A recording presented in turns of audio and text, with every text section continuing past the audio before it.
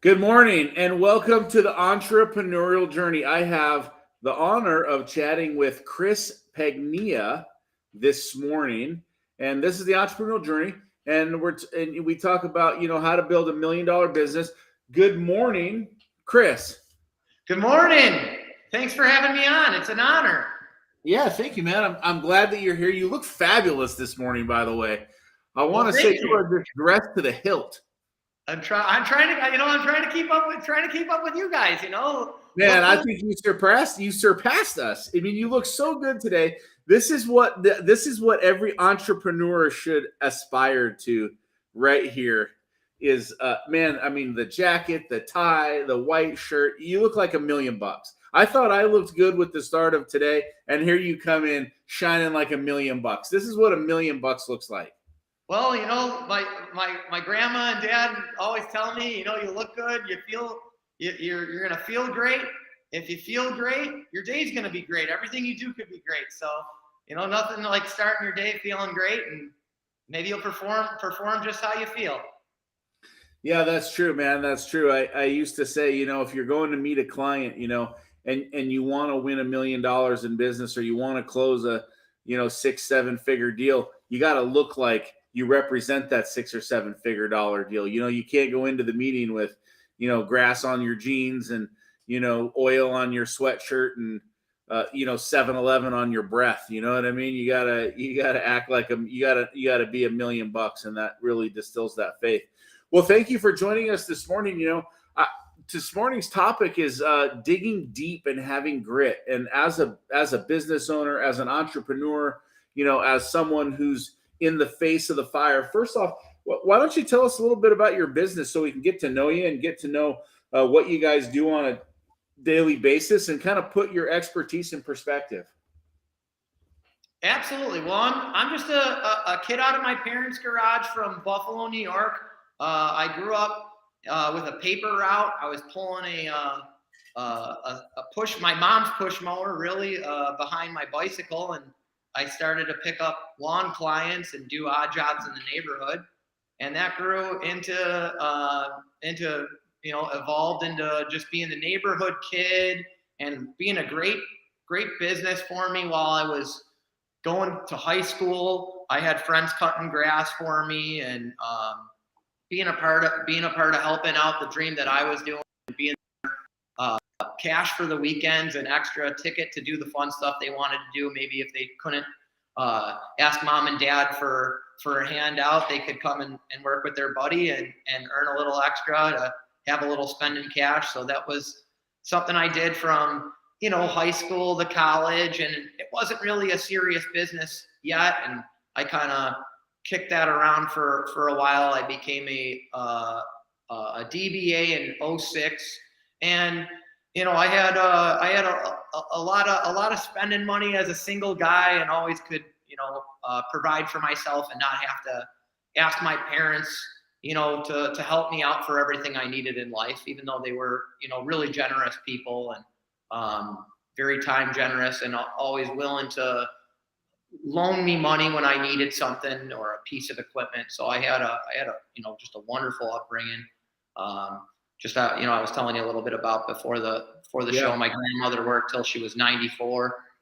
She died at 97, and she just was always that inspiration to the family of always keep going, a model person that just really worked hard. And now we currently are a big player in our little small market. We've grown into one of the well-known organizations in our area, and we're very blessed to just have a great client base and great employees to help us constantly grow every year. We're in a greater demand, so there's no place like the service industry to be.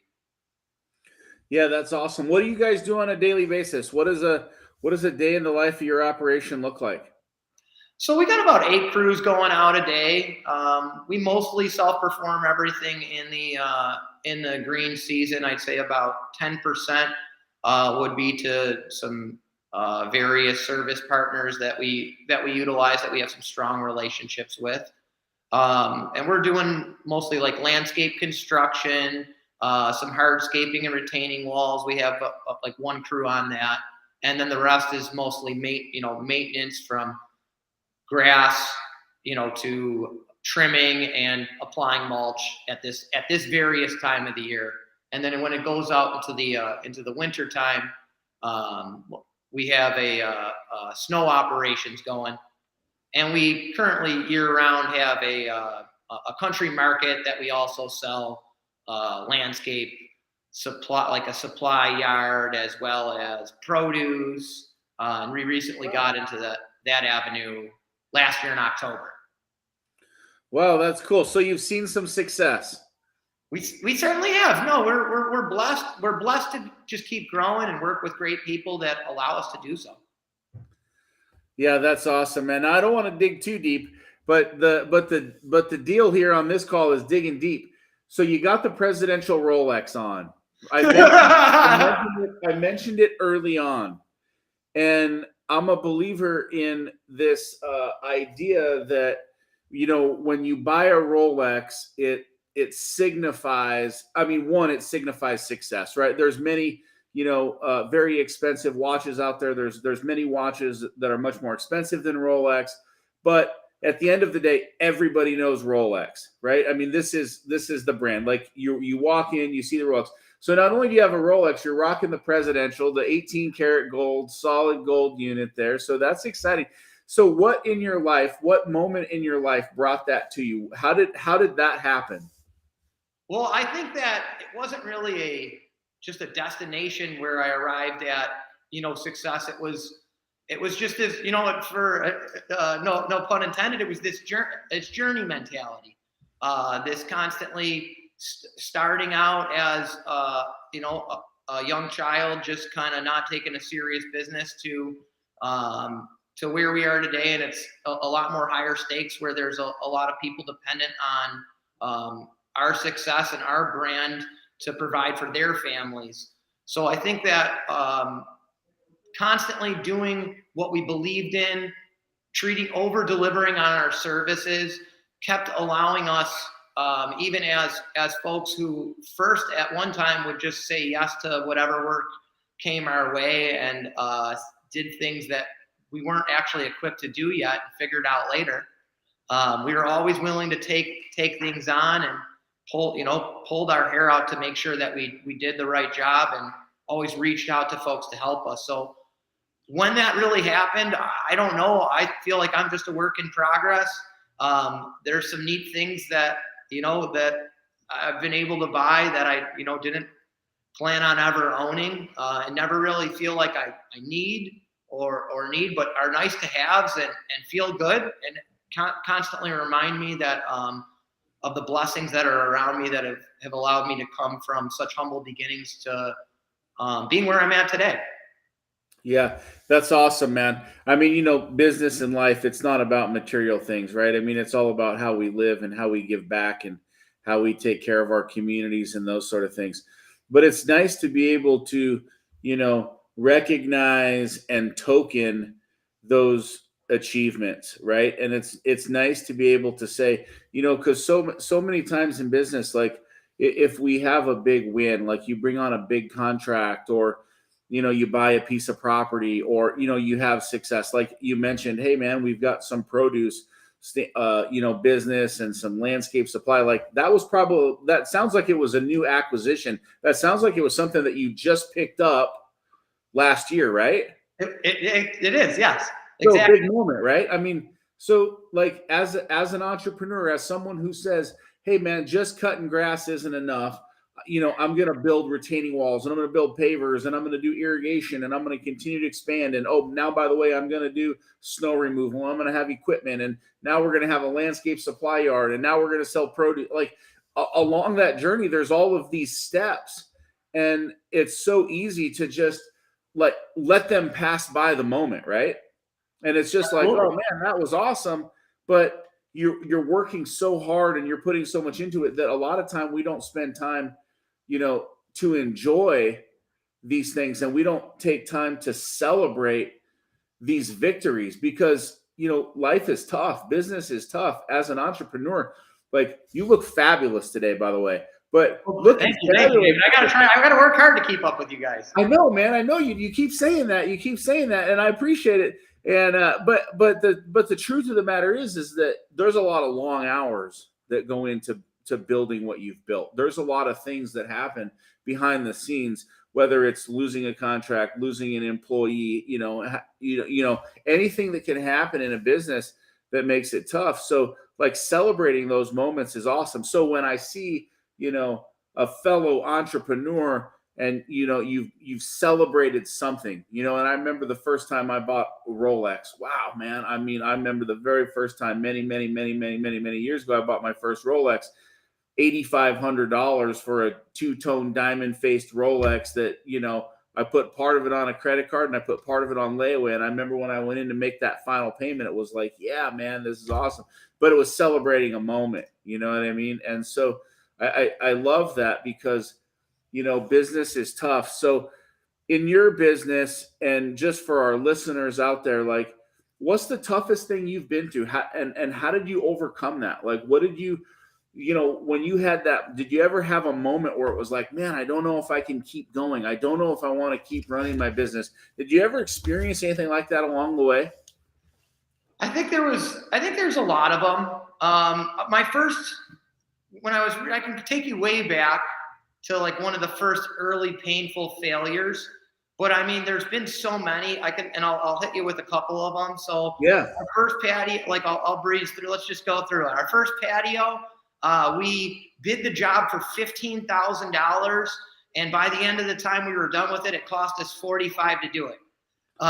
We ended up in court for the last $2,500 payment when the homeowner tried to get a full landscape installation included with the patio, even though it wasn't in the contract. And it's just such a great learning lesson to now that we're whacking out patios left and right, and now we're currently doing the Buffalo Lighthouse walkway, and we're going to eventually be doing the bullhead there for the oldest building in Buffalo to do it's like a 0.8 mile paver path out of Unilock Town Hall. They just had a photo shoot for it. It'll be in a magazine. So if I can go up from screwing up my first estimate there from, I don't know how I did that one wrong, but I was only 3 times, I could have 3 times my number and gotten to my costs and not made a profit, but whoops. But great, the most expensive lessons are the ones that teach you the best. Sometimes you win, sometimes you learn. I learned a lot from that, and we wouldn't be doing the jobs that we are today if it wasn't for those painful early paver lessons, retaining wall lessons. What was the number one thing you learned out of that lesson? I mean, if there was one thing that you could share that would help make somebody's journey better, because this is all about helping somebody make $1 million. Obviously, you do that already. What's that one tip? If I'm listening on the call, what's that one game changer tip that I got to write down, that I got to put in my notebook that says, I don't want to make this mistake? You're worth more than you think you are. A job costs more than you think it does. When you added it up on your sheet, there's a lot more missing, and you really need to take that number and go even just reach out to someone that's farther along out there that'll help you along, and try to see where you're at, especially if you're early or your first year, your first 5 years out. And you can be 10 years into business, and all you did is cut grass, and now you're doing patios. Well, then it's your first year in the patio business, and you should treat it like you're brand new, and never be afraid to ask questions. It's not hard to look in your local market for somebody who's making $20 million. And to be honest with you, my neighbor who was around the corner from me after that, I told him over a beer at a restaurant that what I was going through, and he took me to school, well, I didn't make the same mistake. And when I was young, I would make mistakes in school, but I don't like to make the same mistake twice. I like to learn from those mistakes, and there's nothing wrong with falling down as long as you fall forward and, make those mistakes quick. You fall fast, and you just keep going and keep basically pushing through, and don't quit on your first failure. And you mentioned a couple of things that I really love, and one of those things is don't quit. So many guys go into business, and they're in business and they say, well, if I don't make it in 3 months, or if I don't make it in 6 months, or if I don't make it in 9 months, or if they were to lose $30,000 on a job, they just wrap it. Oh They yeah. just say I'm done. Where does that grit and that passion come from with you? Where does that drive come from? Well, I'm always willing to get better. I realize that there's no when someone you're looking at, like my neighbor who's he's just under 20 million, and then he also is an equipment dealer, so there's another 10 or 11 there, so he's around 30. And he's always telling me from a standpoint of his parents who started the business in the 70s, and kind of like what they were going through, and he'll explain it to me in the terms of the stories that they told him about, and that's where I am. And so he always, will put it in perspective.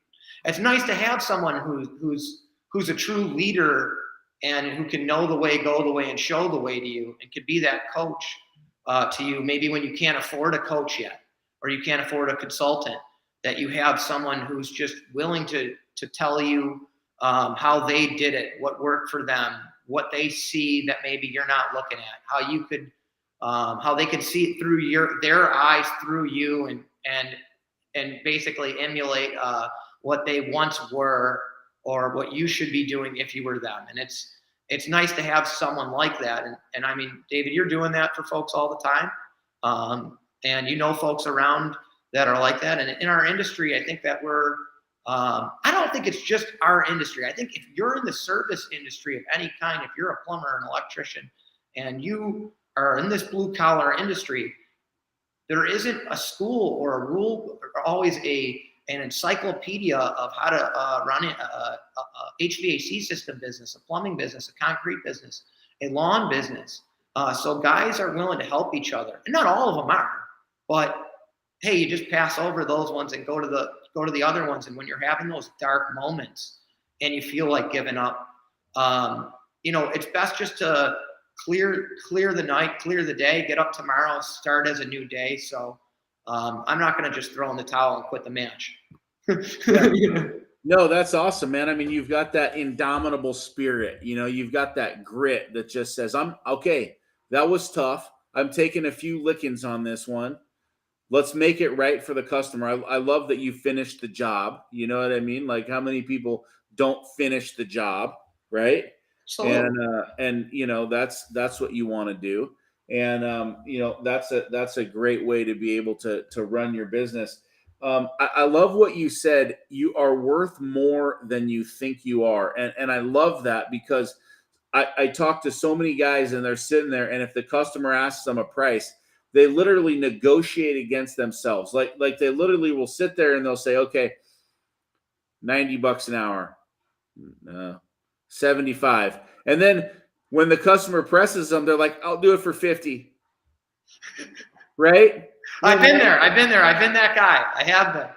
Right? Because that happens, right? Like it's easy to negotiate against yourself. And so like when you're thinking 95, it's like better to go 115 and then knock it down to 95, because it's true. Your first number, your first thought was probably right in line with where you should have been, but we always undervalue our service. We always, do that because just insecurities, or wanting to get the job, or, wanting to keep things moving along. So I love that you said, know what you're worth, because that really speaks volumes to your success and who you are as a business owner. Give us one more tough moment. I don't want to go crazy on the tough moments, but give us one more tough moment that you really had to dig deep on. So I will, but I'm going to build on what you just said. Cool. Is even as much as we're doing what we know what we're worth, and we're charging more than we ever have, and we're living that statement. But we did just what you said again, even this year, right now, contract that we're currently servicing, and we got a good number for it. We got a good number. I think we got 80 something thousand in the 80s, and for a city of Buffalo municipal contract. And I just like to be transparent out here for your listening audience. And we got awarded the contract, but we when I saw it, I said, guys, do you think we got everything? Yeah, it's perfect. We know exactly what we have into it. We have enough to make it work. Well, if we wanted to add a couple crews, we don't have that in there though, right? No, but we've got that totally figured out in manpower. I go, but wouldn't it be awesome if we just, maybe just put a few extra crews out there with brand new trucks with beacons that just parked on the side of the road, and maybe we put an extra guy for every crew, and had maybe 3 new uniforms a year for them all. And yeah, we don't need that though. That'd be a nice to have, but we don't need that right now. Well, at the end of this bid, we won the contract and we're servicing it. And we did actually bid the work correctly. And our man hours equal out, and we have exactly what we need on it. But we don't have any of those nice to haves that. And you want to know what? We were the only bid on the contract. No one else bid. Oh, that's an automatic win. You could have charged whatever you wanted. We didn't even sell it. We didn't even sell the thing. We just got it. I don't know how it happened, but it did. And and it's okay, because it's another one of those lessons, right? And because we're always learning out here and always thinking and constantly evolving, it's a good lesson.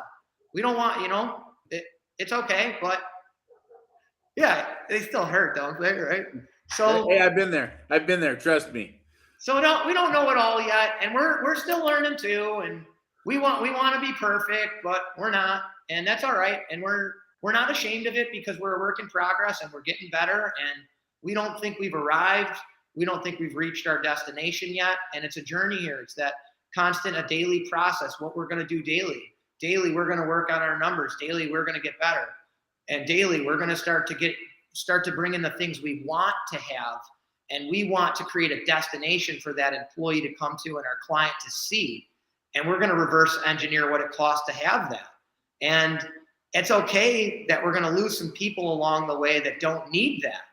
But that's what we want to be. And, when we want to bring in the right service partner that isn't the cheapest guy that we already know in town, that's going to come help us to provide that mission of maybe something that we're not currently able to offer, or is just going to make us stronger. We want to be able to do that. So all those things are going to just keep going forward to allow us to keep getting better and keep evolving from where we are. But back to what you were saying, another really time that was pretty troubling. We had this contract for a string of hospitals, and it involved in doing snow removal off all the decks every time it snowed. And what type of snow we get, which is will involve like one skid steer to service the deck, to service all 6 levels of a deck, and of like a parking ramp, where there's 6, and then at the top is usually where the surgeons park, or there's helicopter services going out for one of these. That one was a Mercy Hospital, a Catholic Health Hospitals. So the expectation was is to remove snow every time it snowed off the bottom, that there was no actual snow allowed from the roof to be left at the bottom. You'd actually have to have 2 flaggers on the sidewalks for each hospital. So it would take 2 really good operators, 2 flaggers, a great operator in a like a 950 or bigger loaders, a 3 to 5 yard loader, like a 30 to 40,000 pound machine, something that can basically scoop 4 to 5 buckets, can fill a truck. And you need like 3 tandems. So basically all in a snap. So this one time our the trucking, whatever, didn't happen. It fell, some of it kind of flopped, and we were bucketing it out of there at like 8 in the morning, and we were supposed to be done by 7. So there was someone who actually had worked there and was an engineer who had the contract before us, and he was double dipping.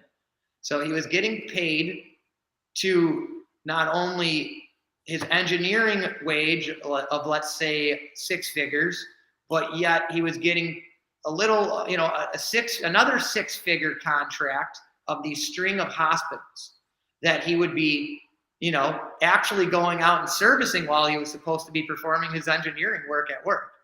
And then he would take like in a room, there would be like stored ice melt and potassium chloride, all types of specialty icers for these parking ramps, CMA, pure CMA, pretty expensive a ton. It's like 20 grand a ton or something. Yeah. So they would service it by he had a key to the room, so he kind of bid it that way. Well, we ended up getting the contract, and it got pretty hostile.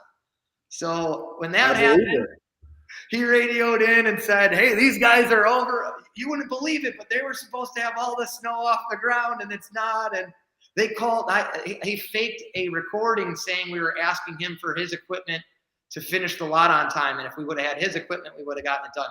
Doing phony recordings. So you wouldn't believe it what the lengths people are willing to go through to keep, to do stuff. But yeah, so we had a meeting with all of them, all the C-level. We were called in. It was early in the morning after that storm with me and Liz. Liz was crying on the way in.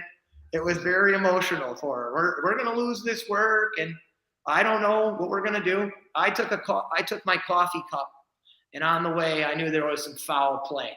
I went into a trash can and scooped up the ice melt.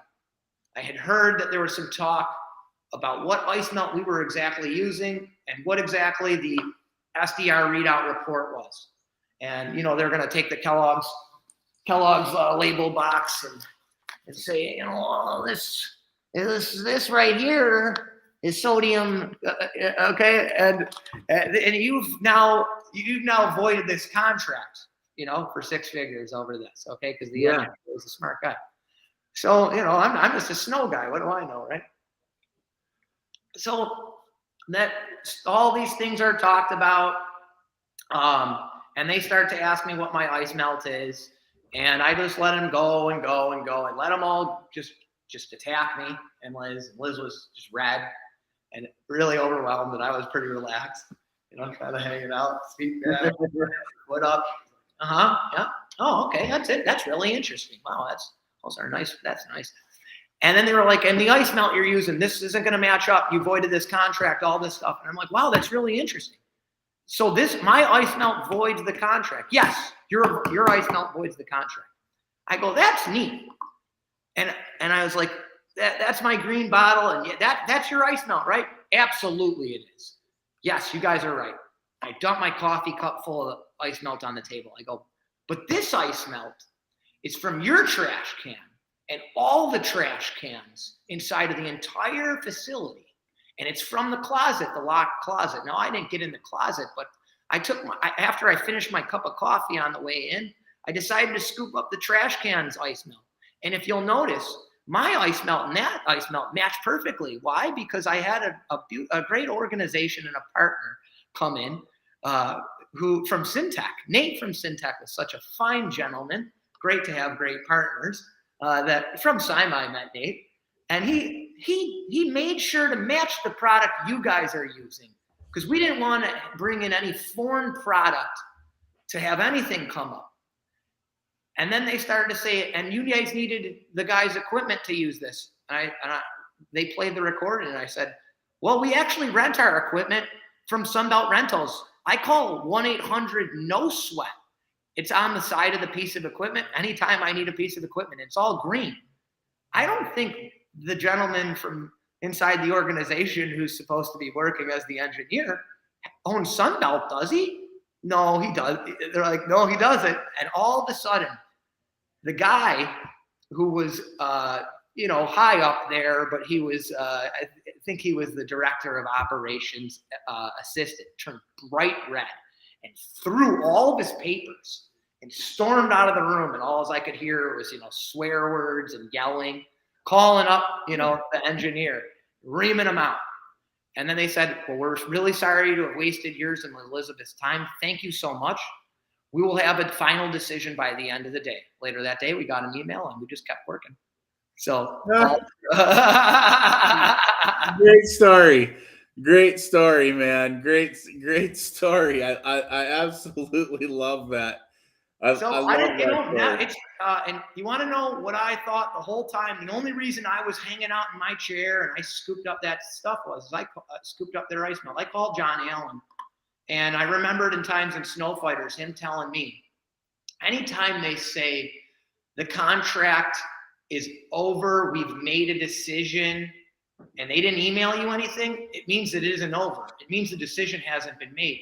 It means someone's speaking already out of turn, and they're already a crystal ball reader, and they think they know what they're talking about. But the truth is, it's a family of decision makers that are involved. And until a family can basically agree on a decision, that's like actually trying to get the family to go out on pizza night, to Chinese, to sushi, to Mexican. And if you don't think someone in the family is going to start squawking, and you're going to have, if you don't have a family and you've ever tried to go out for a meal, you'll know exactly what I'm saying. It's not so easy to just make a change in 5 seconds. So you never lost it until you really lost it. And there's always a chance to save it. And John told me a story about the Olympics that was way better than that one. And that he didn't, and that it wasn't over till it's over, and you're never out till you're out. So never give up. About the Olympics is actually one of my favorite stories. We don't have time to get into it today, but that story is an awesome story. I've heard him. John Allen, absolute leader in the snow industry, absolute legend, within the snow industry, SIMA, so on and so forth. Absolute great guy. One of the things I think I heard you say was, you've had a lot of things happen, but it seems like you've always had really good connections with people. You've done a lot of networking, and you've put some mentors around you who can help you grow and build your business and really, take it to the next level. And so what I'm hearing you say is that, as you've grown, as you've taken this entrepreneurial journey, as you've dug deep and you fought the battles, one of the things that's helped you along the way is having somebody in that chair next to you, whether it's somebody you've paid or somebody that you've built relationship with, but you've leaned in with internal resources and you've learned from what other people have done. And those learning lessons have helped you make career decisions that, one, just helped you save a 6-figure contract whenever that happened, but 2, have helped you really grow your business. I love the contract isn't over until the contract is over. I love the analogy about the pizza place and the Chinese food. I mean, I think that's absolutely fantastic analogy for what business owners go through, because so often one of the things I see business owners do is we start to create scenarios and we start to create stories in our minds. And those stories, like it's seeing ghosts where there are none, right? We start to develop a whole story about what's happened and a whole narrative without knowing the facts. I love that you just sat back, relaxed, kicked back, had your coffee cup full of de-icer. Glad you didn't take a sip of it, by the way. And that's kind of cool that you dumped that out and you had that exact match. So I really love what you've brought to the table. I really love your spirit. I love how you dig deep. And I love the authenticity that you've delivered here today, man. You've shared some real stories about real stuff that, is tough and is painful and really exposes, who you are as an entrepreneur and just what you've fought through to build the incredible business that you've built today. So I absolutely love that. We're going to bring this thing in here for a landing. What's one piece of advice that you can leave our listeners with today? If there's one thing that they can, really focus on to build their business on the entrepreneurial journey, to build that $1 million brand, what's one piece of advice you would leave with them? Well, if you're making 50 grand, you're selling hot dogs, you're selling software, it doesn't really matter. You're selling service. You got to just keep delivering, over deliver on your promises, believe in yourself, and just get better every day and keep finding a way to better yesterday. You don't actually have to arrive at greatness tomorrow, but just be willing to try, fail, get better, look back at what you messed up on, and learn from it so that tomorrow you can go into the next day a better person, more equipped to deal with this next scenario, because there's another client that wants to do business with you. There's such a huge demand.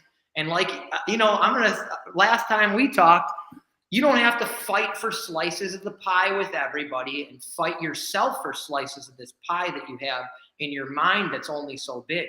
The pie's always growing. It's a bigger pie than what you think it is. And if you can show up and be ready for tomorrow for the bigger pie instead of just the slice that you thought there was today, you'll have an opportunity for a bigger game tomorrow. And there's always a bigger opportunity around the corner. And even though we bought our existing business from the Zittles family last year, we know that there's going to be more opportunities in the next 10 years than there ever were for mergers and acquisitions, for growth in so many different ways, for this so many different avenues of business, for the changes that are around us. So as long as we're getting better, there's better opportunities there for us. And every time we talk to someone, there's a new avenue, there's a new idea. So just be ready for tomorrow. And if it's not, something doesn't go right today, there's no reason to tuck your tail between your legs, quit and cry. Lick your wounds, go rest, and get back out there for the next fight. I love it, man. Spoken like a true entrepreneur. What I took from that is it's progress over perfection. As long as you're making a little bit of progress every single day you're on the journey. Absolutely fantastic. A couple of words from our audience. Amit says the crux, if it was that easy, every person you'll meet will be a business owner. Grit and commitment is what you need. And he also says, what an energy today. Absolutely loving it. So love what the audience is having to say. Love what's happening there. What a fabulous call. Just so awesome to have you on. If anybody wants to get in touch with you, how do they find you? What is the I'm on LinkedIn. You can message me right there. You can message me on Busy Beaver Lawn and Garden, or at Facebook at Busy Beaver Lawn and Garden. But I always respond to any messages that anybody sends me on LinkedIn. I'm usually managing it. So, yeah. Awesome. You're on point. Well, listen, if you liked this show, give it a like, give it a share, hit Chris up. He's the man. Give him a follow. Absolutely awesome to have him on the show. And give me a like. I like the likes too, man. So don't not share here. And if you enjoyed the show, share it, like it, share it on your network. We'd love to have that happen. And of course, if there's anything you'd ever like to hear us chat about, throw it into the chat. We'd love to share with you. But follow me on LinkedIn, David Westcott. Follow me on Facebook, David Westcott. Hit us up there. Thank you so much for taking your time to be with us today. Have an absolutely fabulous week. We will see you all next week. And next week, we will be at the Sima Show in Hartford, Connecticut. And we will see what special gems we have available at that particular show. So it's going to be an exciting show. Thank you so much. Chris, you're the man. Thank you, brother. Appreciate you. Thank you. No, it was a blast. Thanks so much for having me on. You're the man, David. And it was a great time, just sharing experiences with you. And anytime you ever want to have me on, I love to be here, and I love giving value to your audience. And I had a blast. I love it. And what I really want to do is come down to Buffalo and have a steak. What's the best? No. We gotta eat beef on weck and chicken wings. But yeah, we can have a steak after that for lunch. I mean, we can just go to Buffalo and eat. I'm not kidding. I will teach you how to eat buffalo food. John Allen, Neil Glad at Snow Fighters, they can both tell you. The guys at Grounds One, when they were only getting like $3 million. I saw the Falls with Trent and Steven, and then they came out to dinner with us, and we taught them how to eat too. You put a big caveat there. You put a big carrot out there, so we're gonna hit it. Dude, you gotta come out for Wing Fest. You should come here for Wing Fest. We filled the entire Bison Stadium with chicken wings, my man. Okay. Listen, we gotta do some talking after this call. You've got some awesome stuff going on. Listen, everybody, we appreciate you. Thank you for your time today. Chris, you've been awesome on the show. Have an awesome day. That was awesome. I had fun. I had a lot of fun.